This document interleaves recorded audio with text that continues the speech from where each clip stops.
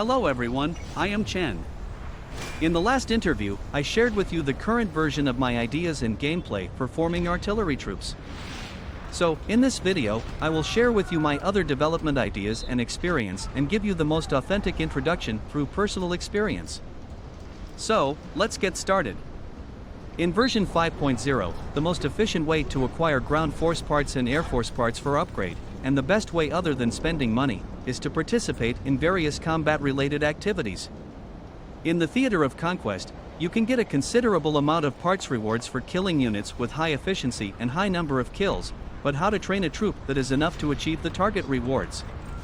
This is also what I am going to talk about today, in addition to the artillery troop, the development of the Air Force troop.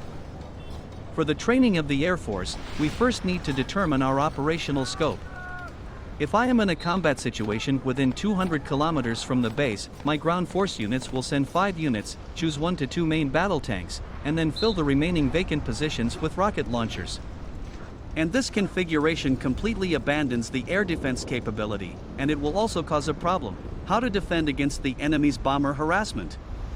At this time, I will put the focus of the Air Force's training on fighters and choose a strong fighter troop that can effectively clear the enemy's threat from the air. Assuming that it is in actual combat now, after my troop sets off, I will put all the resources of the Air Force in my hand on a fighter to escort the ground force troop. The advantage of this is that we will get a high level and high combat effectiveness unit. Take me personally as an example. At present, my fighter has a combat effectiveness of between 25 million and 30 million. Normally, single bomber unit is very vulnerable in front of it, and often a single interception action can cut the opponent's HP by half, providing strong air support for my troop. Of course, there is not only one enemy on the battlefield. If there are multiple enemies, it is better to withdraw to the base first. The support of teammates is the right choice, and the priority is to preserve the strength of your own ground force troop. Another topic is derived here: don't try to be a lone hero. Communication with teammates is also very necessary. Before attacking to multiple enemies, I will contact my allies to provide me with some air support, deploy the air defense network in advance, and then launch the attack. Here is my actual combat record. The record of this playstyle is very good. If the enemy sends a large group of armies to surround the base to attack, I will reset the fighter to recover resources and use them to train Camp Liberty bombers. I currently have a total of 3 high-star Camp Liberty bombers.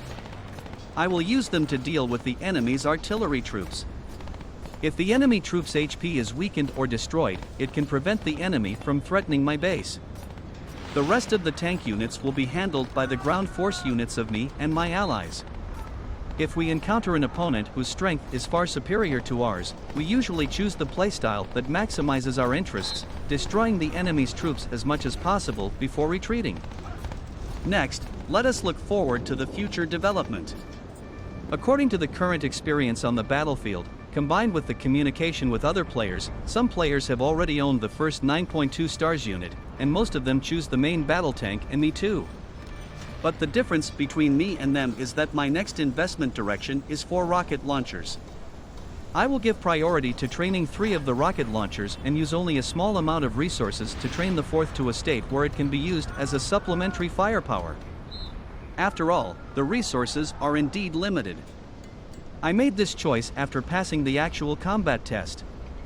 The 3 rocket launchers trained mainly are my main source of output. Here I share my training experience.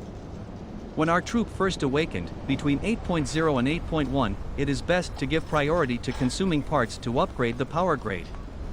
It is the most efficient to get combat effectiveness improvement points by upgrading the power grade through parts, reaching 54,000 points, and there will be a firepower buff at grade 13.